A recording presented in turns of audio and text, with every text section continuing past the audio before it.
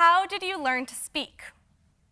You made connections of sounds with objects and feelings. It was the reinforcement of said connections that allowed you to reproduce the words yourself. Let's take an 18-month-old monolingual. We'll call her Molly. One day, Molly was ready for a snack. Molly's mom says, "Cookie," and Molly repeats the word cookie. Mom was all excited, jumping up and down, holding a cookie in one hand and her phone, recording the moment in the other hand. Easy, right? Molly just learned an amazing word that brought her a positive experience. It took her a few snack days with Mom, patiently reinforcing what Molly had already heard before at her daycare. So now let's go to me, a bilingual. 18 months old. Here, the same story repeats itself, except instead of saying cookie, my mom is saying galleta. I know what it is, and I want that galleta, but I can't connect her voice with what I heard earlier at my daycare. But I really wanted it, so I tried my best and said caca. Wait, Mom is not jumping up and down. She is swinging her finger and she is saying, no, no, no. I know that word.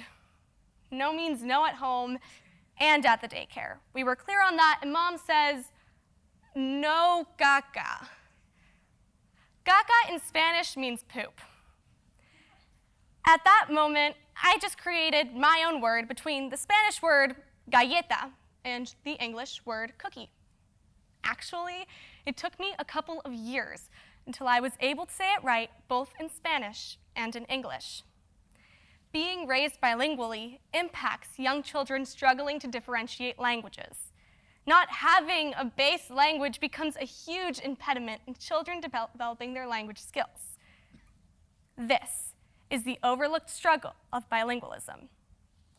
Today, we are facing generations more diverse than ever before.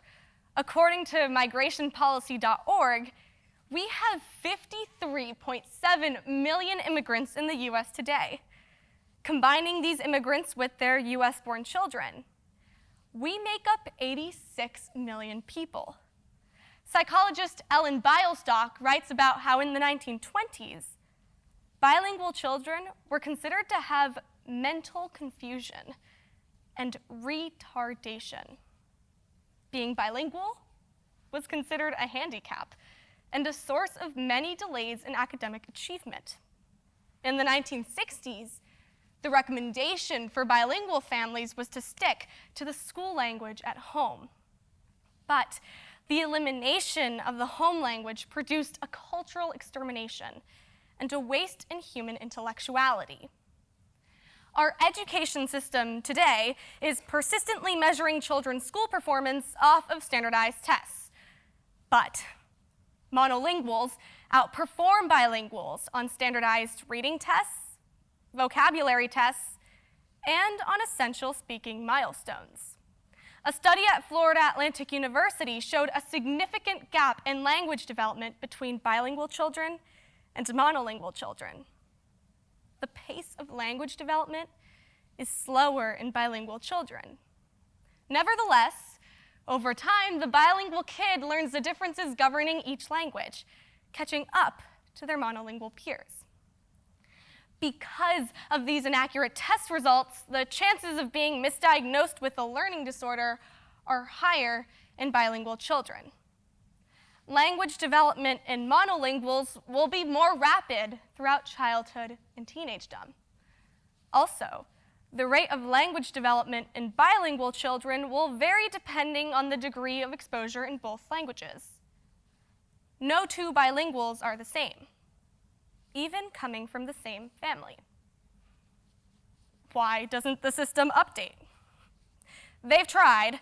Currently, they offer standard tests in both languages. But this idea completely ignores the bilingual struggle.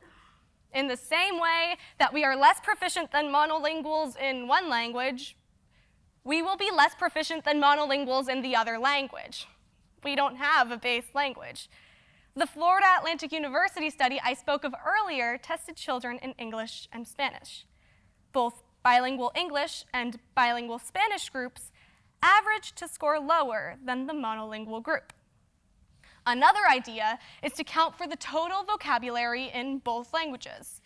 But just like the story of how I merged the words cookie and galleta, young, bilingual children oftentimes invent their own words. A study at Brigham Young University showed that young monolingual children average to have a greater total vocabulary size than young bilingual children. Bilingual children show language patterns similar to monolingual language-impaired children.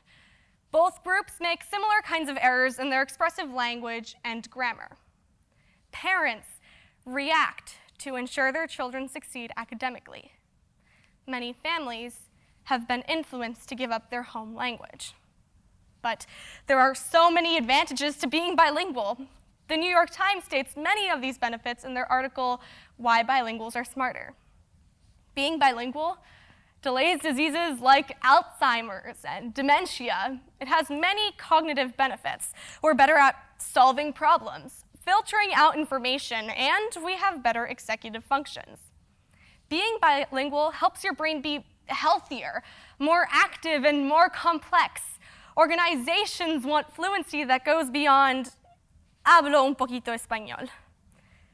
No matter what you do, whether you are a politician, a physician, or writer, we need to be connected and to create worldwide relationships.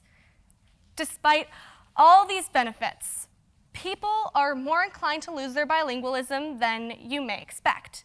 Princeton professor Alejandro Portes conducted a very extensive study of 5,262 second-generation American children whose parents both spoke the same home language. At the end of the study, 98% of them spoke English, while only 30% said they were fluent in both languages. This is a devastating waste we can't afford. Think for a moment. You have a kid. She's 7, a second grader. Her teacher calls you noticing a loss of attention, a hard time following directions, and a reading speed that is not up to the words per minute where she should be. The recommendation is to get your child tested. They realize your daughter is bilingual, so you are offered to get her tested in both languages. Her language tests come below 25%. By now, you may be urged to do further testing, such as cognitive assessments. They provide a profile that is meant to assist with the development of learning plans. But in the case of a capable bilingual, this is often an impediment. But you research her diagnosis, and the symptoms are clearly describing your child. Now your kid is labeled, and she will only be able to exit this file when she is tested again in the future with results matching those of her monolingual peers.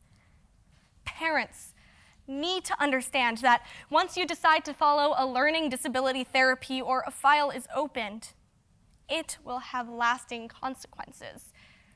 It is definitely possible to be a bilingual with a learning disorder, but we need to better differentiate side effects of bilingualism with actual symptoms and provide help to those who truly need it. Teachers need to understand the impact they have when suggesting cognitive testing. People trust professionals, and professionals need to be careful with this power. Make sure that what you are suggesting, parents, will truly benefit them in the long term. Misdiagnosis of learning disabilities in bilingual children happens all too often. I don't know how, but we need to restructure standardized tests so that factors such as bilingualism aren't confused with actual symptoms. In the meantime, I want everyone to be patient with bilingual children and to not disencourage them from practicing this valuable skill. I feel optimistic about the future of bilingualism because advances in education are coming, and there is an increasing awareness of this topic. We see how schools and institutions are beginning to value bilingualism above any standard test result. My vocabulary is growing exponentially now. I am learning double the words for every new concept I learn. My family firmly believes we are citizens of the world because speaking another language is not a commodity. It is a necessity. Thank you for listening to my TED Talk.